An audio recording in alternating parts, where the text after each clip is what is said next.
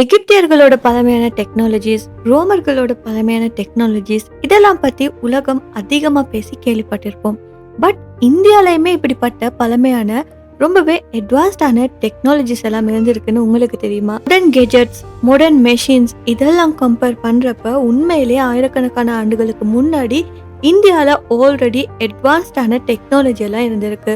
Officially விமானங்கள் எல்லாம் உருவாக்கப்பட முன்னாடியே இந்தியால விமானங்கள் இருந்திருக்கு. அது மட்டும் இல்லாம ஹாஸ்பிட்டல்னு ஒன்று உருவாக்க முன்னாடியே இந்தியால சர்ஜரி எல்லாம் செய்யப்பட்டிருக்கு.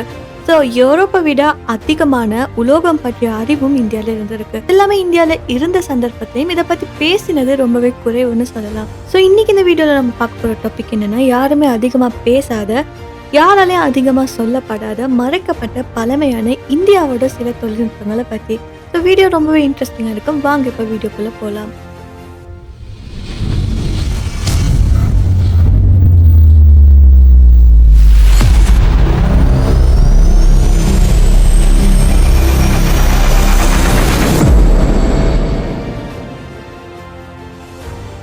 முதலாவது பார்த்தீங்கன்னா, பழைய இந்தியாவோட சில புத்தகங்கள்ல விமானங்கள் இருந்ததுன்னு சொல்லப்பட்டிருக்கு. அதுக்கு பேர் விமானாஸ்னம் சொல்லி பேரிட்டிருக்காங்க.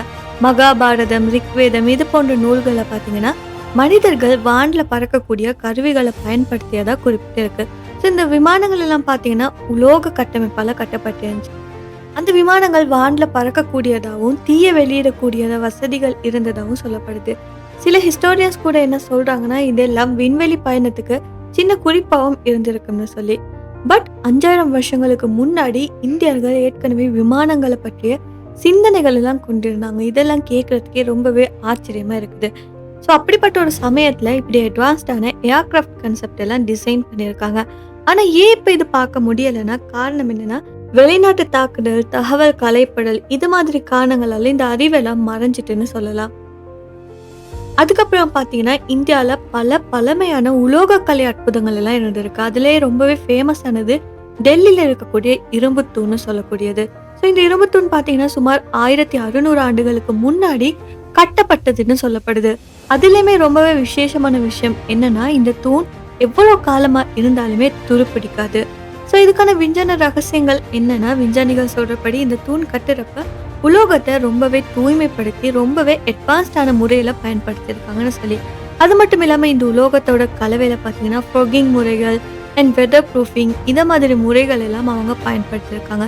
இதுவுமே அவங்களோட நாலேஜ் எவ்வளோ அட்வான்ஸ்டாக இருந்திருக்குன்னு காட்டுறதுக்கான ஒரு ப்ரூஃபாக இருக்குது. அது மட்டும் இல்லாமல் இந்த தூண் எப்படி துருப்பிடிக்காம இருக்குதுன்னு சொல்லி இன்னைக்கு வர கட்டியுமே சயின்டிஸ்டால எக்ஸ்பிளைன் பண்ண முடியல. இதுதான் உலகளாவிய ரீதியில இந்த தொழில்நுட்பத்தை அதிசயத்தை காட்டுறதுக்கான ஒரு உதாரணமா இருக்குதுன்னு சொல்லலாம். 1600 ஆண்டுகளுக்கு முன்னாடி இந்தியர்கள் காட்டின இந்த உலோக தூண்கள் தான் இன்னைக்கு நவீன உலோக கலைக்குமே ஒரு முன்னுதாரணமா இருக்குதுன்னு சொல்லலாம். ஸோ இது என்ன காட்டுதுன்னா, பழமையான இந்தியர்களுக்கு புவியியல் சூழலையும் காலநிலையும் கணித்து மிகப்பெரிய தூண்களா அழியாம கட்டுற அறிவை வச்சிருந்தாங்கன்னு சொல்லி காட்டுறதா இருக்குது. அது மட்டும் இல்லாம 1600 ஆண்டுகளுக்கு முன்னாடியே இந்தியர்கள் உலகத்துல உயர்ந்த தரமான உலோகத்தை கையாள திறனை கொண்டிருந்தாங்க. இப்ப இருக்கிற மாடர்ன் சயின்ஸை விட அந்த காலத்துல இருந்த மக்களோட அறிவு பார்த்தீங்கன்னா ரொம்பவே அட்வான்ஸ்டா இருந்திருக்கு. ஸோ அடுத்து பார்க்க போறது பழைய இந்தியர்களோட மருத்துவம் மற்றும் அறுவை சிகிச்சை அறிவு. ஸோ பழைய இந்தியர்களுக்கு சுஷ்ருதா சம்ஹிதான்னு சொல்லக்கூடிய ஒரு பிரசித்தி பெற்ற நூல் இருந்துச்சு. ஸோ அந்த நூலை பார்த்தீங்கன்னா முக அமைப்புகளை மாற்ற விதம் அண்ட் பிளாஸ்டிக் சர்ஜரி, கண் புண்கள் ஏற்பட்டால் அதை எப்படி சர்ஜரி பண்ணி சரி செய்யறது, அது மட்டும் இல்லாம சர்ஜிக்கல் இன்ஸ்ட்ருமெண்ட் இது பற்றியெல்லாம் அறிவுகள் எல்லாம் குறிப்பிடப்பட்டிருந்துச்சு. சுமார் கிறிஸ்துக்கு முன் 600ஆம் நூற்றாண்டுகள்ல பார்த்தீங்கன்னா மனிதரோட மூக்கு மறுபிரதிவை செய்யற முறையை கூட அவங்க தெரிஞ்சு வச்சிருந்தாங்கன்னு சொல்லி இந்த நூல் மூலம் கண்டுபிடிக்கப்பட்டிருக்கு. ஸோ இந்த அறுவை சிகிச்சை கருவிகளும் பார்த்தீங்கன்னா ரொம்பவே துல்லியமா வடிவமைக்கப்பட்டிருக்கு. சுருக்கமா சொன்னா, அந்த கருவிகள் இன்னைக்கு இருக்கிற நவீன அறுவை சிகிச்சை கருவிகளை விடையும் ரொம்பவே அட்வான்ஸ்டா இருந்திருக்கு. அது மட்டும் இல்லாம நோயாளியோட உடல் பாதிப்புகளை குறைக்கிற முறைகள், மிக நுணுக்கமான முறையில மனித உடலை பாதுகாத்து சக்சஸ்ஃபுல்லா ஒரு சர்ஜரியை செஞ்சு முடிக்கிற முறை, இதெல்லாமே அந்த காலத்துல இந்தியர்கள் தெரிஞ்சு வச்சிருந்தாங்க. ஸோ இந்த பழைய மருத்துவ அறிவு தான் இன்னைக்கு இருக்கக்கூடிய நவீன அறுவை சிகிச்சைக்கான மூலப்புள்ளின்னு சொல்லலாம். தொழில்நுட்பம், துல்லியம், முறைகள் இதெல்லாமே அப்பவே ரொம்பவே அட்வான்ஸ்டா இருந்திருக்கு இந்தியால. அதுக்கப்புறம் பார்த்தீங்கன்னா, இந்தியாவில் இருக்கக்கூடிய வாட்டர் மேனேஜ்மெண்ட்டும் அண்ட் நகர திட்டமிடலும். இப்போ பழங்கால இந்தியால இந்து நாகரிகம்னு சொல்லக்கூடிய ரொம்பவே முன்னேறியமான ஒரு நாகரிகம் இருந்திருக்கு.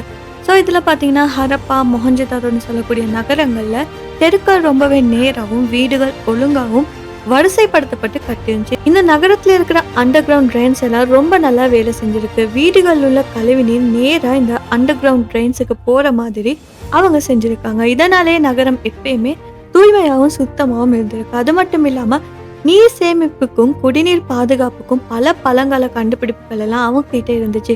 படிப்படிகள் கொண்ட கிணறுகள், நீர் தொட்டிகள், மழை நீர் சேகரிப்பு முறைகள் இது எல்லாமே இருந்துச்சு. ஸோ இந்த நாகரிகத்துல நீர் நிர்வாகம் அது மட்டும் இல்லாம நகர திட்டமிடல் பார்த்தீங்கன்னா பல பிற நாகரிகங்களுக்கும் ஒரு இன்ஸ்பிரேஷனா இருந்துச்சுன்னு சொல்லலாம். மக்கள் உயிர் வாழ்ற சூழலை பாதுகாத்து, நீரை பாதுகாத்து, சுத்தமான முறையில ஒழுங்கான முறையில இந்த நகரத்தை திட்டமிட்டு இருந்தாங்க. அது மட்டும் இல்லாம ஏன்ஷியன்ட் இந்தியன்ஸ் பார்த்தீங்கன்னா அஸ்ட்ரானமி அண்ட் மேத்தமெட்டிக்ஸ்லயுமே ரொம்பவே அட்வான்ஸ்டான ஒரு நாலேஜ் கொண்டவங்களா இருந்திருக்காங்க.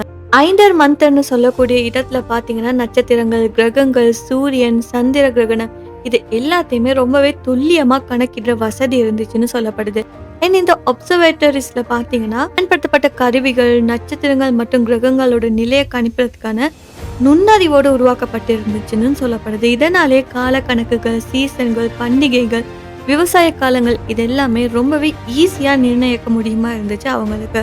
அது மட்டும் இல்லாம மேத்தமெட்டிக்ஸ் எடுத்தோம்னா வேத கணிதத்துல ரொம்பவே கடுமையான கணக்குகளை கூட சிம்பிளா செஞ்சு முடிக்கக்கூடிய முறைகள் எல்லாம் அவங்களால உருவாக்கப்பட்டுச்சு.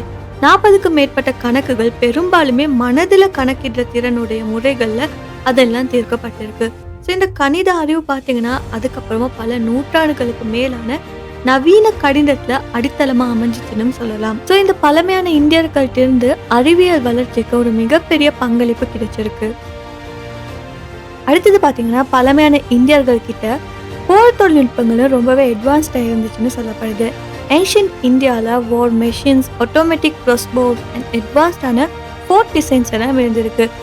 கலிங்க, விஜயநகர், சோழா இதை மாதிரியான பேரரசுகள் எல்லாம் பார்த்தீங்கன்னா ஃபோர்டிஃபிகேஷன், வாட்டர் டிஃபென்ஸ் சிஸ்டம் இது எல்லாமே ரொம்பவே ஸ்மார்ட்டாக இருந்திருக்கு. மாடர்ன் இன்ஜினியரிங் கான்செப்ட் எல்லாம் 1000 வருஷங்களுக்கு முன்னாடியே அவங்க யூஸ் பண்ணியிருக்காங்க. ஸோ கைஸ் இதெல்லாம் பார்க்குறப்பவே நமக்கு ஒரு விஷயம் புரியும். இந்தியாவில் பல அட்வான்ஸ்டான டெக்னாலஜிஸ் எல்லாம் ஆல்ரெடி இருந்திருக்கு.